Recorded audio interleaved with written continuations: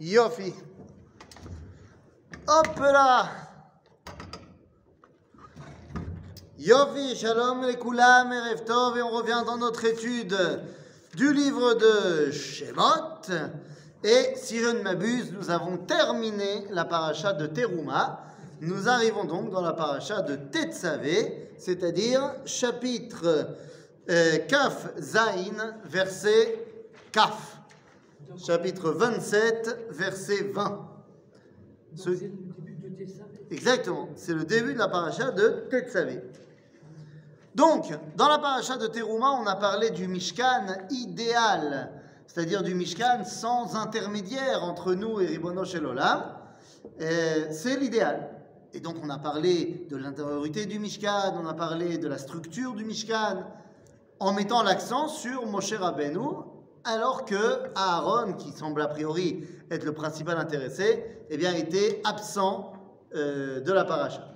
Ici, dans la paracha de Tetzavé, c'est tout l'inverse. On l'avait expliqué, c'est la dualité du Mishkan. Est-ce que le Mishkan, il est Lechatrila ou Bediavad? C'est-à-dire, est-ce qu'il est a priori dans notre rapport avec Akadosh Baruch Hu pour avoir un endroit de rencontre avec lui, ou alors est-ce que c'est un endroit pour, eh bien, expier nos fautes? D'ailleurs, c'est ce qu'on voit, cette dualité, on la retrouve dans, je ne sais plus si on l'avait dit, dans le piyut très connu de Pessah, le piyut qui dit Dai Dayenu. Alors chacun avec son air, hein, on ne va pas commencer à chanter, mais Dai Dayenu, qu'est-ce qu'il dit Dai Dayenu?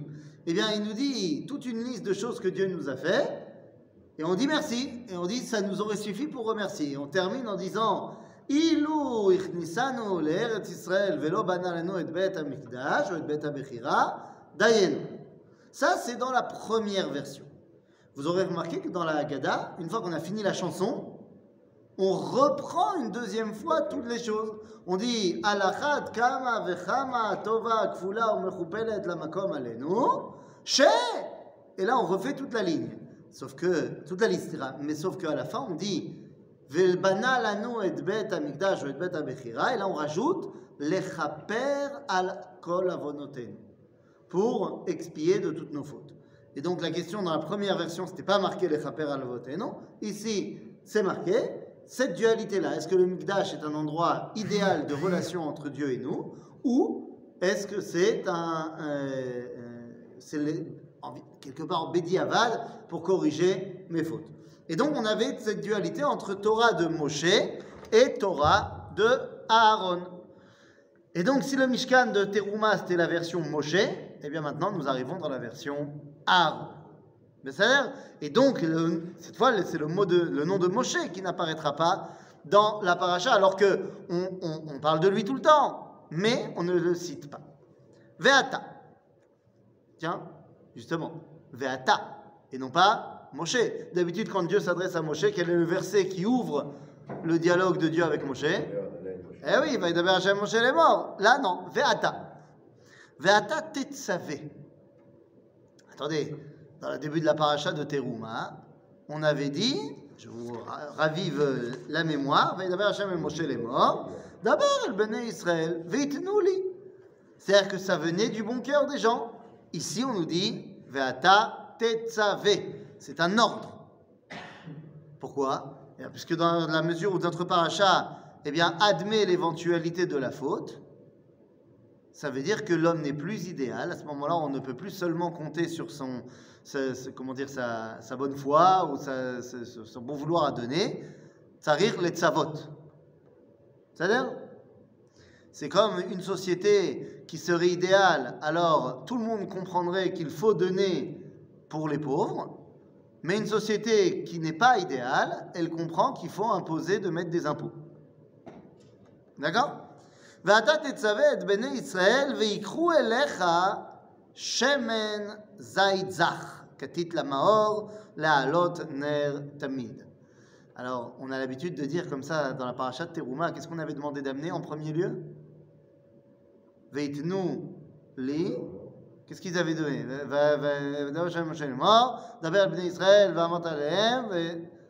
Qu'est-ce qu'ils disaient? דבר על בני ישראל ויקחו לי תרומה מאת כל איש עשו וזכרו את תרומתי וזאת התרומה אשר תיקחו מאיתם, זהב, כסף, נחושת. C'est-à-dire que dans la terouma, on nous avait demandé d'amener de l'or, de l'argent, du cuivre. Et ici, on nous demande quoi? De l'huile. À quoi ça sert l'or, l'argent, le cuivre? Ben, c'est pour construire les ustensiles du Mishkan. À quoi ça va servir l'huile? Pour utiliser. C'est-à-dire L'ustensile. quel ustensile? Du Mishkan. Ben, lequel? Le candélabre. Ouais, bah oui. Qu'est-ce qu'on a besoin comme huile? Allumer la menorah. C'est-à-dire? Alors, on a l'habitude de dire comme ça, je sais pas si. Enfin, c'est vrai, mais que on est obligé de donner un ordre pour l'huile et pas pour l'or et l'argent et tout ça. Pourquoi? Eh bien, parce qu'avec l'or et l'argent, on va construire du solide, des trucs qui restent. Vous savez que quand. Alors, demandez à votre cher président pourquoi c'est plus facile de trouver des donateurs. Est-ce que c'est plus facile de trouver des donateurs pour des monuments ou pour le kidouche de l'année? C'est beaucoup plus facile de trouver des donateurs quand on peut leur dire, bah, vous inquiétez pas, on mettra une belle plaque avec le nom, que pour donner à Uchat Saoraim à une année complète à des élèves. Shemen Zayt Zach, il n'y en aura plus à un moment donné, et personne ne saura que c'est toi qui as donné. ויקחו אליך שמן זית זך כתית למאור, להעלות נר תמיד. Donc on doit allumer. Il semblerait que dans le Mishkan de Aaron, la première chose à faire, c'est להעלות ner tamid.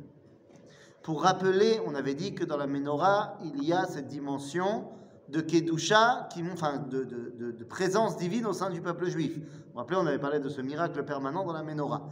Et donc, puisqu'on parle d'un Mishkan ici qui est pour des gens qui ont fauté, on pourrait penser que le fait que tu as fauté enlève la présence divine. Eh bien non. Yesh nerot le'alot ner tamid. C'est-à-dire que la présence divine, elle reste même si tu as fauté. D'accord?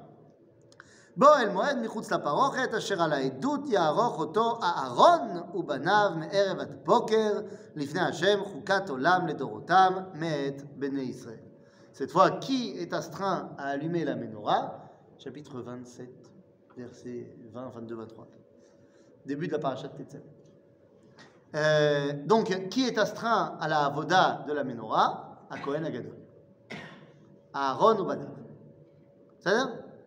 Et là aussi, c'est quelque chose d'important. Là, pour la première fois, on voit le mot Aaron, mais ça veut dire aussi que celui qui va allumer la menorah, c'est le Kohen Gadol. Il n'est pas obligé, il peut laisser sa place, son tour à un autre Kohen, mais a priori, c'est lui qui a la primauté. Pardon? Il y a ses fils. Oui, c'est fils après lui. C'est fils après lui. הנה. אשר על העדות מערב עד בוקר לפני השם חוקת עולם לדורותם מאת בני ישראל. ואתה הקרב אליך את אהרון אחיך ואת בניו איתו מתוך בני ישראל. Il faut maintenant séparer Aaron et ses enfants mitor bene Israël. Pourquoi faire? Lecha'ano li. Pour qu'ils deviennent Kohen. Et voilà, pour la première fois, on va avoir des Kohanim. Est-ce qu'on avait déjà vu des Kohanim dans la Torah? On a déjà vu des Kohanim, mais pas chez nous. On a vu Yitro qui était Kohen Midian. Et avant lui, on avait vu Malkitzedek, ou Kohen l'Elion, dans le livre de Bereshit. Elion, c'est. L'Elion, c'est le Dieu d'en haut. Ok? Donc là, pour la première fois, on va introniser les Kohanim dans le peuple juif. Il s'agit de qui? Aaron, Nadav ve'Avihu, Elazar ve'itamar, bene Aaron. C'est pas mal. Qui n'a pas été sélectionné dans le verset? Eh bien, celui qui est déjà en vie à ce moment-là, mais qui n'est pas le fils de Aaron, mais qui n'est que le petit-fils de Aaron. Il s'appelle Pinchas. Pinchas est déjà en vie à ce moment-là, mais il n'est pas Kohen. Pourquoi il n'est pas Kohen? Parce que ici la Torah nous a dit Aaron ou Banav. et pas Bene Banav. Une fois que Elazar et Itamar sont devenus Kohen, leurs enfants le deviendront après. Mais une fois que, pour l'intronisation, on a dit Aaron ou Banav, on n'a pas dit Aaron et toute sa descendance. Donc Pinchas, qui est déjà en vie à ce moment-là, est laissé sur le carreau. Il n'est pas Kohen. C'est le petit-fils. C'est le petit-fils de Aaron, le fils de Elazar. Il deviendra Kohen avec Maaseh Pinchas à la fin du livre de Bamidbar. D'accord? Donc pour l'instant, on n'en est pas là. Donc on a séparé les Kohen. Ils sont trois pour l'instant. Pour l'instant, ils sont 3. Enfin, non. Pour l'instant, ils sont 5. Parce que toi, tu sais que Nadav et Avihu, ils vont mourir. Mais pour l'instant, ils ne sont pas morts. Oui. Donc pour l'instant, il y a Aaron, Nadav, Avihu, Elazar et Itamar. Ok? Pour l'instant, on a 5 Kohanim.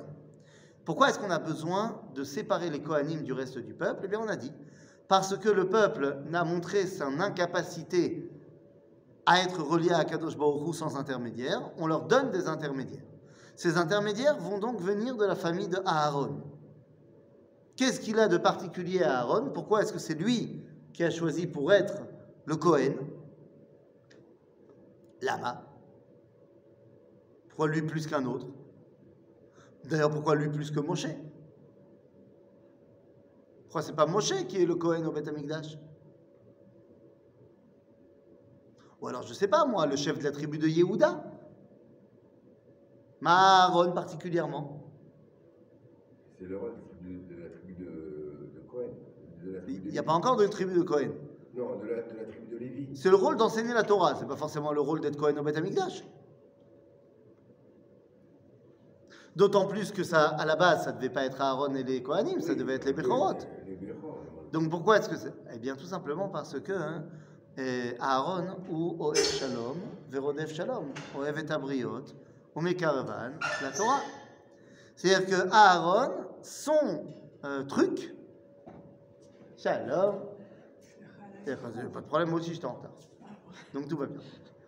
Aaron, son truc, c'est le Shalom.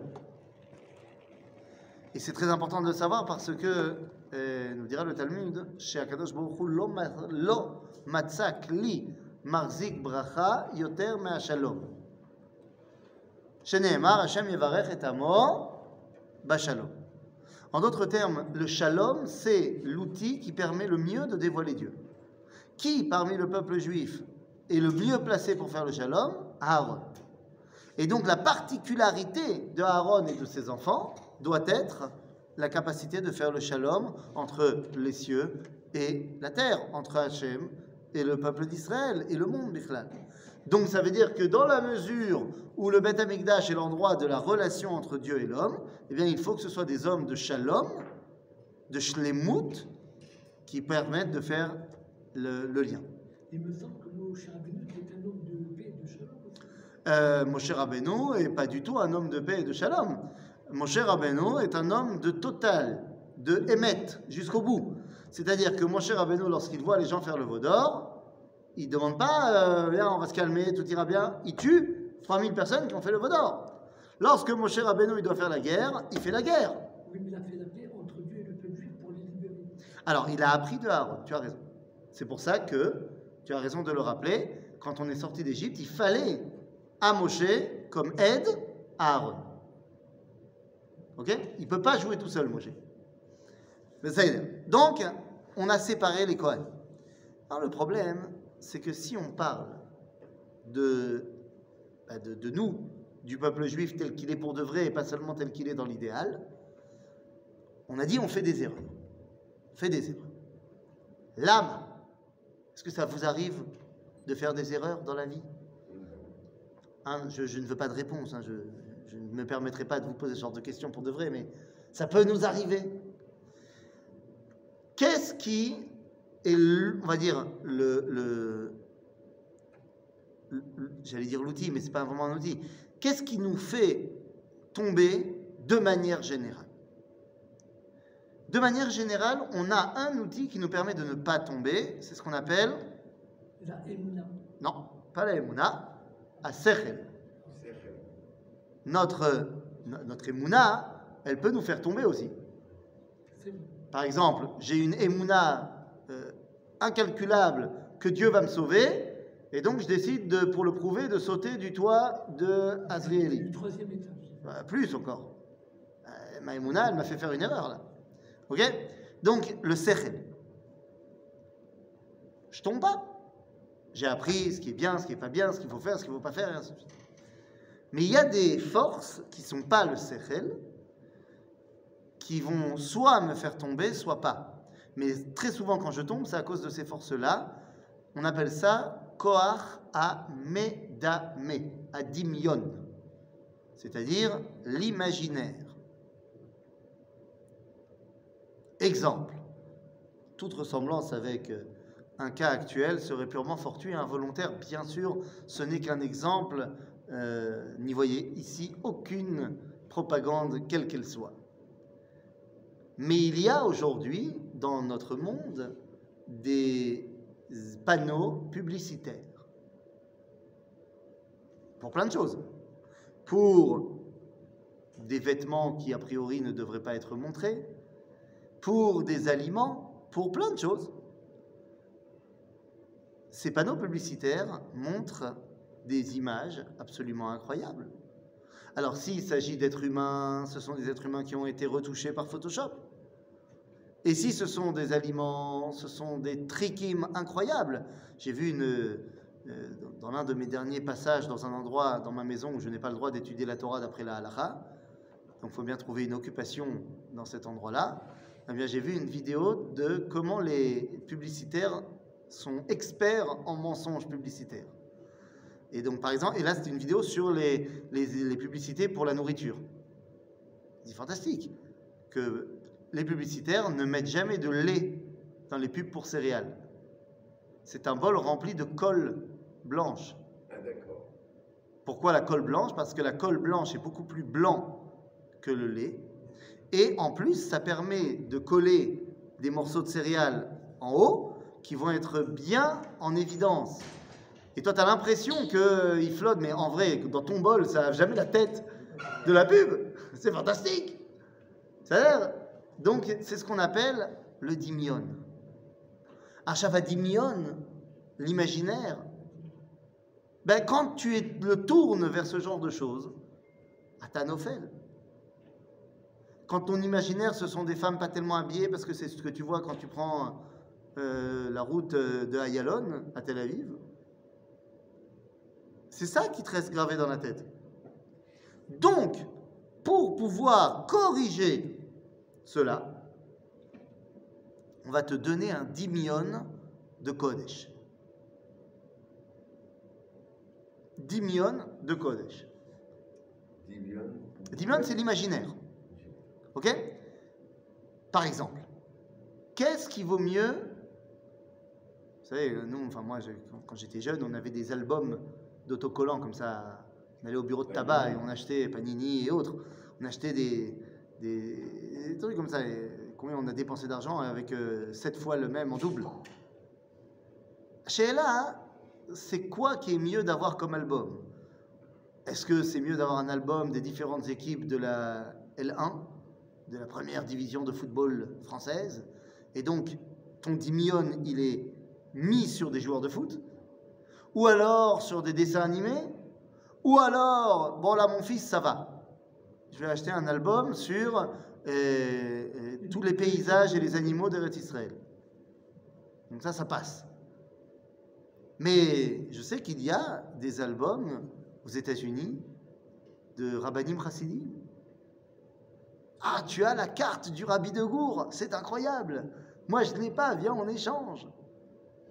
Alors, c'est marrant, mais en fait, quand ton bébé naît, qu'est-ce que tu vas décider de mettre comme images qui vont être les premières images qu'il va voir dans son berceau? Est-ce que tu vas mettre des images de papillons, d'escargots, de toutes les couleurs, machin? Il y en a qui mettent des images de Rabbanim. Pour que les premières images qu'ils aient, ce sont des images de Rabbanim. Bon, il y a des pour, il y a des contre. Chez Chabad, par exemple, on ne met pas d'images d'animaux qui ne sont pas cachers. Par exemple. qu'est-ce que moi je vais amener comme Koach Medamé, comme imaginaire, pour contrer l'imaginaire mauvais? Eh bien, la Torah nous dit, Iné, Ve'asita bigdei kodesh le'aron achicha, lechavod, ultifaret. On va parler maintenant des bgadim des Kohanim. À quoi servent les bgadim des Kohanim? Ils n'ont qu'un seul intérêt. Quel est l'intérêt des bgadim des Kohanim? Leur donner une prestance. C'est-à-dire faire en sorte que toi, quand tu vois, tu dises waouh. Zéou. Zéaïnyan. Parce que tu es tellement influencé par les images d'autres choses, on veut te donner ici une image de Kedusha. D'accord? C'est nachon. Des fois, tu te dis, comment tu sais qu'un rave est grand? Ben, au lieu de tu n'as pas étudié ses livres ou tu ne connais pas, mais tu vois comment il est habillé. Alors, tu dis forcément il est grand. Et je baisais macho. C'est pas toujours vrai du tout. Hein. Des fois, tu as des rabbinim, tu as des débats entre des rabbins. Tu en as un qui s'habille en costume, 3 pièces, cravate et tout, bien lustré. Et l'autre, il vient avec une chemise à carreaux, un peu débraillée, et en pantalon qui n'est pas un pantalon de costume. Et en sandales, il ne manquerait plus qu'il soit en sandales. Non, sandales chaussettes. Sandales chaussettes, ce serait pire. Bah, le public, il a déjà choisi qui était le plus grand Talmid Chacham. Ce qui n'est pas forcément vrai. C'est sûr. Ça donne. Donc, Ce qui est un peu dommage, c'est que la Torah ne précise pas si la tunique des Kohanim du premier temple était la même que les Kohanim qui vivaient au deuxième temple. on n'a aucune raison de penser que ce n'était pas la même. Non, il n'y a pas une petite différence sur la couleur, la teinture. Non, c'est blanc. Pour les Kohanim, c'est assez facile. Donc, non, il n'y a pas de raison de penser que c'était différent. A priori, je ne vois pas pourquoi ce serait différent. Donc, alors, venez, on rentre maintenant dans les Bgadim. Parce que c'est de ça qu'on parle. Vasita Bigde Kodesh. Beged, c'est Tov Ozera. Beged. Donc, tu dis, c'est parfait. Sauf que des fois, le Beged, il serait pas un peu Boged? Ah, parce que moi je fais des jeux de mots, mais si tu comprends pas le jeu de mots, ça ne marchera pas. Ça veut dire traître, exactement. Eh oui, des fois, on va mettre des habits qui nous trahissent. Ils reflètent exactement qui on est ou pas? Le Beged, des fois, il peut être traître. On dit en français, l'habit ne fait pas le moine. Mais imaginons quelqu'un qui s'habillerait, je sais pas moi, en taille 44, alors qu'en fait, il fait son corps, c'est un 36. C'est Boged. C'est l'obémetata. Ou alors, tu t'habilles comme un président, et en fait, tu es le dernier des losers. C'est Boged. Ou l'inverse. Tu t'habilles n'importe comment, mais en fait, tu es le PDG d'une multinationale qui fait des milliards. C'est Boged. Donc, ce que l'homme décide de mettre sur lui pour se vêtir, eh bien, ce n'est pas anodin. Il y a plusieurs termes qui déterminent les habits. Il y a le Beged, qui donc peut être négatif. Il y a ce qu'on appelle le Levouche, l'Obosh, qui enlève la boucha. Et il y a les madim. Madim, on a traduit en français par uniforme, mais c'est pas ça. Madim, c'est ce qui est modèle, c'est ce qui me mesure vraiment. C'est-à-dire, et donc c'est pour ça que la Chassidoute va appeler les midot les vouchés à nefesh, les habits de l'âme. C'est-à-dire, donc les bagadim, c'est pas stam. D'autant plus que c'est ce qui détermine l'être humain comme étant être humain. Qu'est-ce qui détermine l'humain comme étant un humain? C'est qu'il s'habille. Toutes les cultures humaines ont le besoin de rajouter quelque chose à la nature. Alors, pas toujours des habits comme nous. Des fois, dans certaines tribus, où c'est une peinture sur le visage, ou alors un collier, mais il y a toujours quelque chose. Même dans les tribus que tu vois dans des reportages, machin, qui sont nus, ils sont jamais vraiment nus. Il y a toujours ce besoin de rajouter quelque chose, Ou une parure. une parure, quelque chose. Parce que l'homme, en tant qu'homme, il ressent qu'il a besoin de compléter quelque chose par rapport à la nature. D'accord? Ça nous vient de Adam. Ça nous vient de Adam, évidemment. Ok? Donc, la dimension de Beged est fondamentale. Elle n'est pas parvée. Donc, c'est quoi les Bigdei Kodesh? L'Aaron Achicha, le Chavod ou le Tifaret. Ve'ata. Tedaber el kol chachem lev asher miletiv ruach chokhma. Donc, il faut de la sagesse. Mais une sagesse qui vient d'où? Chacham. Alors, c'est là. Ce mot-là est marqué Chachme Lev. C'est une sagesse, mais elle vient du cœur. Ok? Asher miletiv ruach chokhma ve'asu bigdei Aaron lekadesho lechano li. Ve'ele habegadim. Alors, c'est quoi les habits des Kohanim? Ve'ele habegadim asher ya'asu choshen ve'efod u'me'il u'ketonet tashbetz mitznefet ve'avnet. Donc on a combien d'habits? Bah, on compte. C'est pas compliqué. Choshen ve'efod u'me'il u'ketonet tashbetz mitznefet ve'avnet. Donc on a combien? 6. Seulement on sait très bien qu'il en manque 2 ici. Eh oui. Lequel il manque? Le Michnesaim. Et il manque également le Tzitz.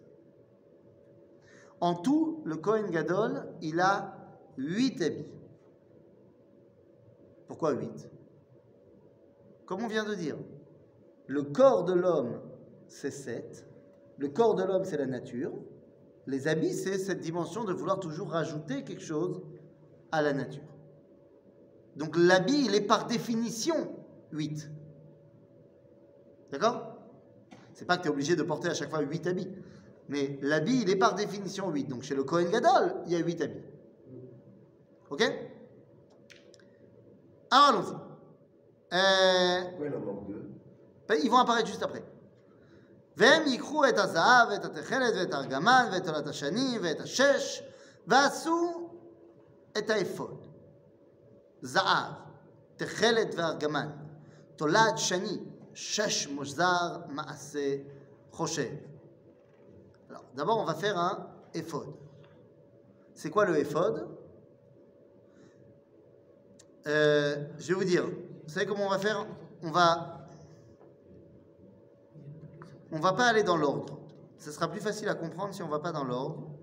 Donc en fait, ce qu'on va faire, ouais.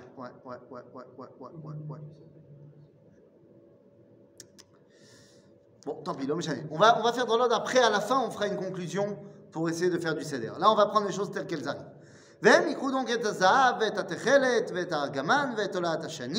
Donc on va prendre l'or, le bleu azur du trelet, l'argaman c'est du rouge indigo, vetolat hashani c'est encore plus rouge, vet hashesh c'est comme de la soie, ועשו את האפוד זהב תכלת וארגמן תולת שני ושש מוזר מעשה חושב ושתי כתפות חוברות יהיה לו על שני קצותיו וחובר וחשב עפודתו אשר עליו כמעשהו ממנו יהיה זהב תכלת וארגמן תולת שני ושש מוזר.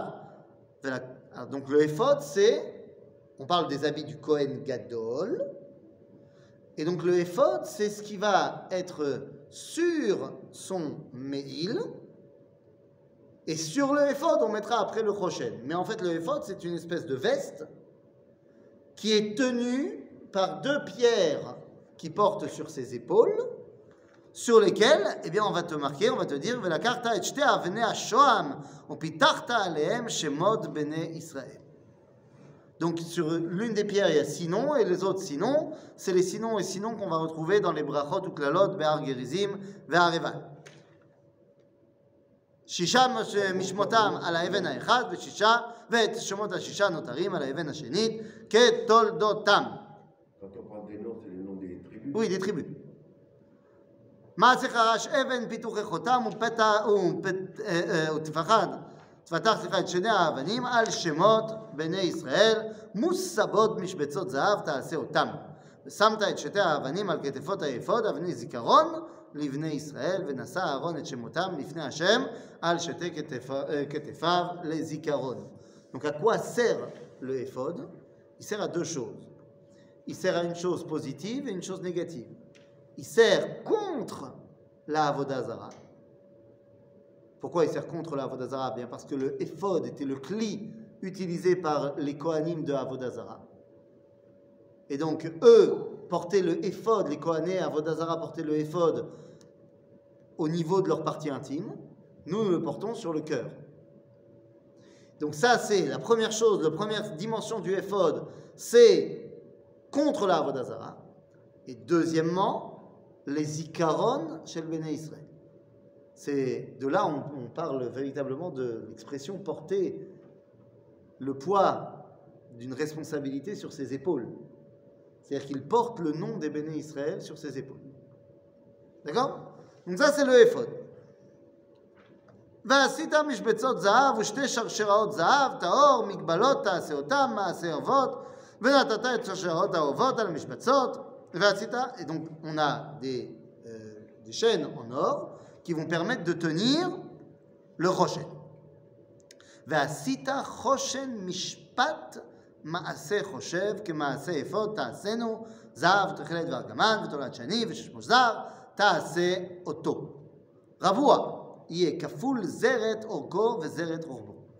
Donc le choshen, ce pectoral carré, il fait combien sur combien? 1 sur 1. Un quoi? Un zeret, tu as raison.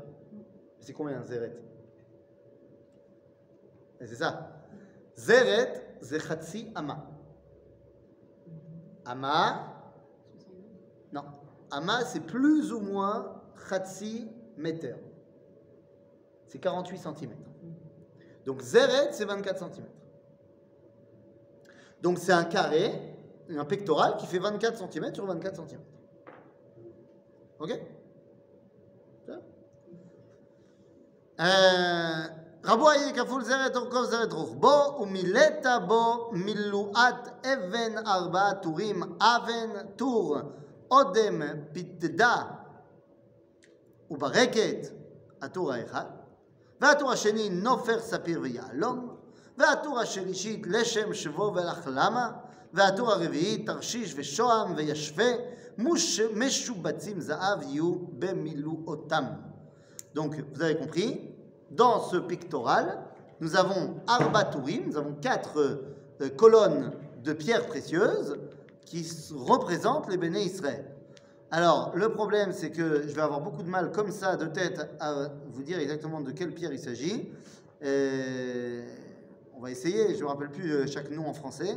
Tour, donc, Arba Tourim Aven, tour, la première, c'est Odem. C'est Odem. Azéo. Je faisais Machloket, parce que le rubis, il n'était pas utilisé à cette époque-là.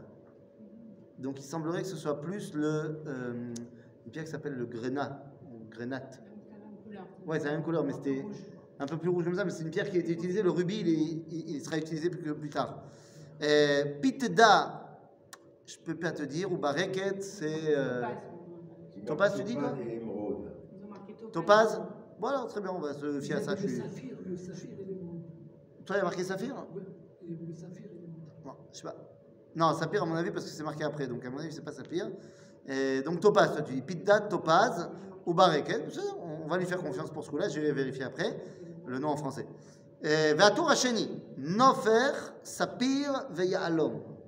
Alors qu'est-ce qu'il dit chez toi, nofer? Ils mettent malachite, saphir et brillant. Ouais, malachite, c'est. Hein? Ouais, Ouais, bon, d'accord. Sapir, ya'alom, brillant. Pourquoi est-ce qu'on dit pas du diamant? Aujourd'hui, on dit ya'alom, c'est du diamant. Un diamant, un brillant ou un diamant. Un brillant, c'est une taille. C'est une forme de taille d'un diamant. Oui, mais est-ce que c'est un diamant? Il y a peu de chances que ce soit un diamant. Pourquoi? Pourquoi? Parce qu'on n'a pas les outils à l'époque pour tailler du diamant. Avec quoi on peut tailler du diamant? Soit avec du laser, soit avec un autre diamant. C'est compliqué de faire avec un diamant qui n'est pas taillé un autre diamant taillé. Il faut un diamant taillé pour tailler du diamant? Bah, il faut que tu. Il faut une pointe de diamant? Ouais, il faut une pointe de diamant, que ce soit bien fait quand même. Ça paraît compliqué. Mais disons, allez, c'est quoi? Chez diamant. Ve'atur hashlichit leshem shvo ve'achlama. Là, ils te disent quoi? Troisième rangée, opale, agate et améthyste. Et ben voilà. Là, c'est encore mieux. C'est Hein? Lechem, Chevo et Alma. Ah bah c'est bien, toi ils ne sont pas foulés hein, chez toi. Hein. Il a fait Ve'atur harevi'it tarshish ve'shoam ve'yashve. Les chrysolites, shoam. Bon, shoam, ils n'ont pas traduit. Hein. Les jaspes. Ah, des pierres de jaspe, ça existe. Top. Mais shoam, c'est quoi? On sait pas. Eh ben c'est shoam. Shoam, c'est shoam. Voilà. Basé shoam. Bonne question. Une pierre précieuse en hébreu moderne, ça se dit marganite. Ouais. Mais pas qu'en hébreu moderne d'ailleurs, même en hébreu plus ancien. Bekitsour, j'irai vérifier exactement de quel. C'est quoi exactement Shoam, en tout cas, c'est une pierre précieuse. Agave, toutes ces pierres ont été retrouvées. On sait, aujourd'hui, on les connaît. Et donc, au Machon Amikdash, eh bien, vous avez le pectoral avec les pierres telles qu'elles sont marquées ici. C'est-à-dire donc à quoi sert le Choshen? Il est contre les problématiques liées au Mishpat. Choshen à Mishpat. C'est là-bas qu'on va avoir Urim et Tumim. C'est-à-dire que c'est pour avoir une connexion Wi-Fi 5G avec Akadosh Baruch Hu. C'est-à-dire quand on avait une question pour les Inyané Malchut, Inyané Am Israël, on demandait et les lettres des tribus qui étaient gravées sur les pierres apparaissaient pour donner la réponse. Va'avanim tiena al shemot bnei Israël, 12 al shemotam, pituche chotam, ish al shemo tiena, lishne asar shavet. Peut-être que tu peux tailler un diamant avec une pointe de diamant, mais graver le nom d'une tribu dedans, là c'est autre chose. Ou alors ils avaient déjà inventé le laser et on ne le sait pas. Ils traduisent par brillant parce que c'est une pierre brillante. Oui, voilà, c'est ça. C'est pour ça que je te dis, à mon avis, c'est pas du diamant. Là, ils ne traduisent pas par diamant, ils D'accord, traduisent d'accord. par brillant. נכון. בסדר. ועשית על החושן שרשרות גבלות מעשה אבות, זהב טהור, ועשית על החושן 2 טבעות זהב, ונתת את 2 הטבעות על 2 קצות החושן, ונתת את 2 הערבותות, הזהב על 2 טבעות על קצות החושן, ואת 2 קצות ו2 הערבותות תיתן על 2 המשבצות, ונתת על כתפות האפוד אל מול פניו. ועשית 2 טבעות זהב, ושמת אותם על 2 קצוות החושן, על שפתו אשר על עבר האפוד ביתה. ועשית 2 טבעות זהב, ונתת אותם על 2 כתפות האפוד מלמטה, ממול פניו, לעומת מחברתו ממעל לחשב האפוד. C'est-à-dire que toutes ces chaînes-là doivent faire en sorte que le choshen ne bouge pas. C'est-à-dire qu'il est accroché au Bnei Israël en haut, il est accroché en bas, hein, à la ceinture, exactement. Il est accroché aussi derrière. C'est-à-dire que le éphod, c'est la chose la plus yatsive de tous les habits. Le choshen. Le choshen, c'est l'élément le plus fixe de tous les habits du Kohen. Pourquoi? Parce que le mishpat, c'est quelque chose qui doit être juste, fixe. Ok? וירכסו את החושן מטבעותיו על טבעות האפוד, מפתיל תכלת, ולהיות על החשב על האפוד, ולא ייזך החושן מעל האפוד. ונשא אהרון את שמות בני ישראל בחושן המשפט על ליבו, בבואו אל הקודש לזיכרון לפני השם תמיד. ונתת אל חושן המשפט את האורים ואת התומים, on a déjà expliqué, והיו על לב אהרון בבואו לפני השם, ונשא אהרון את משפט בני ישראל על ליבו לפני השם תמיד. Voilà, on a compris que l'idée du Choshen, c'est Torah Mishpat. Vasita Meil. Vasita, je sais pas pourquoi. Vasita Meil. Donc là, on parle du 3e habit du Kohen, Mazé, le manteau. Alors, ce n'est pas un manteau comme nous, c'est la longue tunique du Kohen Gadol. On parle des habits du Kohen Gadol là, pour l'instant. D'accord? Donc, Ve'asita Meil. Hop, j'ai perdu ma page.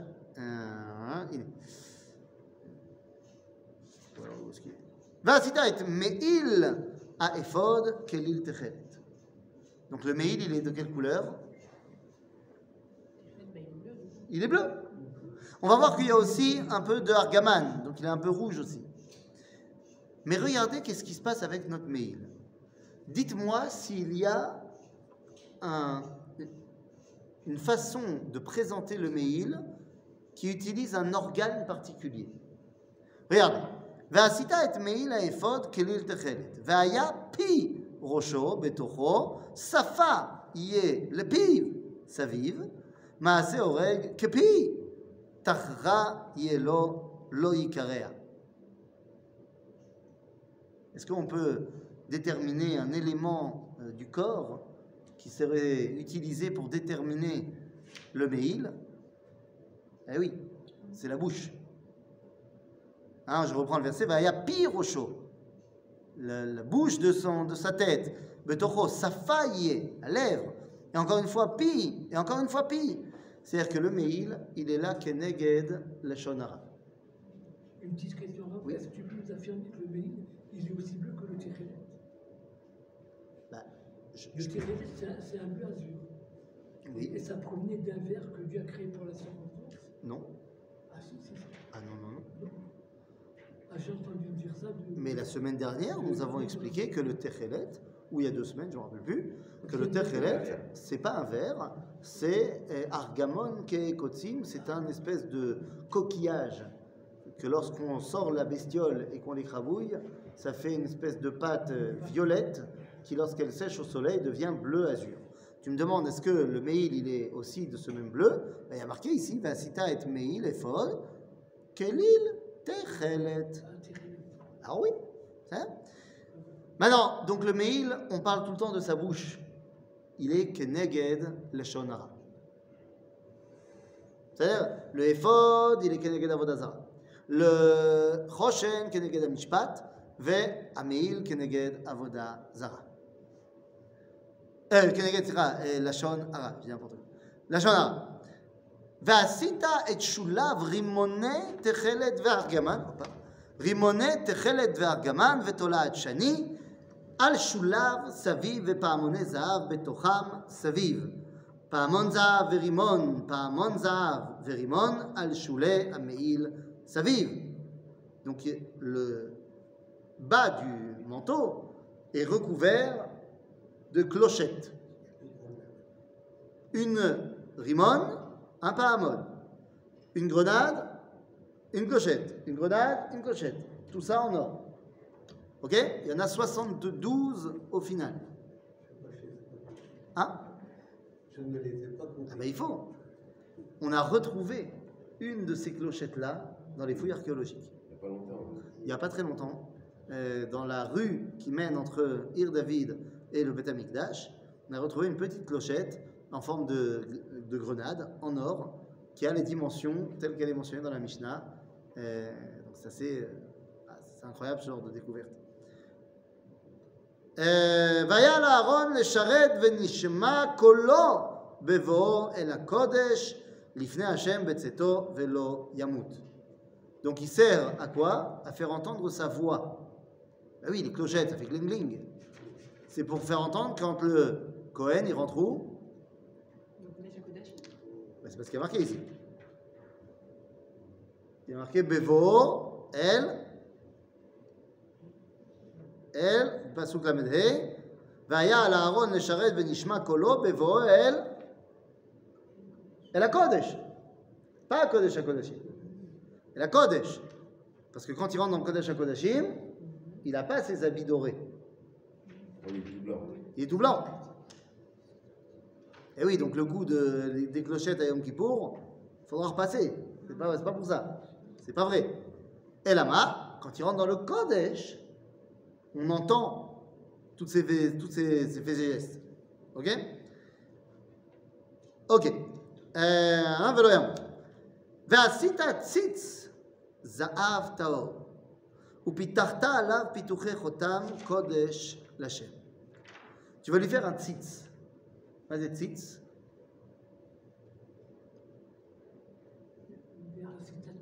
מה זה tzitz? Le tzitz, c'est un arbre qui poussait, qui donnait une certaine couleur. מה זה הציץ? זה הקורון. Le diadème du Kohen Gadol, sur lequel il y avait marqué Kodesh l'Hachem. Et où est-ce qu'il le porte? Et bien, il portait sur le front. Bamakom chez la tefilin. Et il me semblait. Là sur le front. Il me semblait en Là. de dire que. נכון? והיה, ועשית ציד זהב טהור, פיתחת עליו פיתוחי חותם קודש לשם, ושמת אותו על פתיל תכלת, והיה על המצנפת, אל מול פני המצנפת יהיה, והיה על מצח הארון, ונשא אהרון את עוון הקודשים, אשר יקדישו בני ישראל לכל מתנות קודשיהם. בסדר? Il n'y a pas un petit peu de la Torah qui précise que sur le diadème, il y a des pierres précieuses qui s'allumaient? Non. Qui s'allumaient à chaque fois que le Kohen Gadol il faisait une action? Non. Ah, mais... Non, il parle de l'éphod quand il posait une question, c'est après. Chouacher. On a parlé des Urim Vetumim pendant que tu réglais la lumière. Les Urim Vetumim, c'est dans le Choshen, dans les pierres précieuses. Quand il posait une question, il y avait les pierres précieuses qui s'allumaient, les lettres des Bnei Israël qui s'allumaient. Mais ça, c'est Urim Vetumim. Dans le Tzitz, il y a juste marqué Kodesh Lachem et c'est en or. Et c'est pas de la pyrotechnique. Ça ne se met pas, ça s'allume pas. C'est pas, non, ça marche pas comme ça. On avait inventé l'électricité déjà à l'époque. Pourquoi? Parce que ça s'allumait. Non, Choliot. À quoi ça sert? On nous dit Vaya al metzach Aaron menasa Aaron et avon hakodashim asher yakedishu bnei Israël lechol matnot kodshehem vaya al mitzro tamid leratzon lahem lifnei Hashem. מה זה והיה על מצחו תמיד? Ah, באמת? Qu'est-ce que ça veut dire que le Kohen Gadol, il a son tzitz tamid al mitzro sur son front tamid, et quand il va dormir, et quand il va à l'extérieur du Beth Amikdash, où il n'a pas le droit d'être avec ses habits de Kohen Gadol. Donc comment ça se fait qu'il y a marqué ici Vaya al mitzro tamid? Eh bien les amis, c'est ce que nous découvrirons. Pas la semaine prochaine, parce que la semaine prochaine c'est Hanouka, et pas la semaine d'après, parce que c'est encore Hanouka, donc la semaine d'après. Chazak Bobo. Donc on s'est arrêté au début du réveil. Ouais, si tu le dis, j'ai pas fait attention.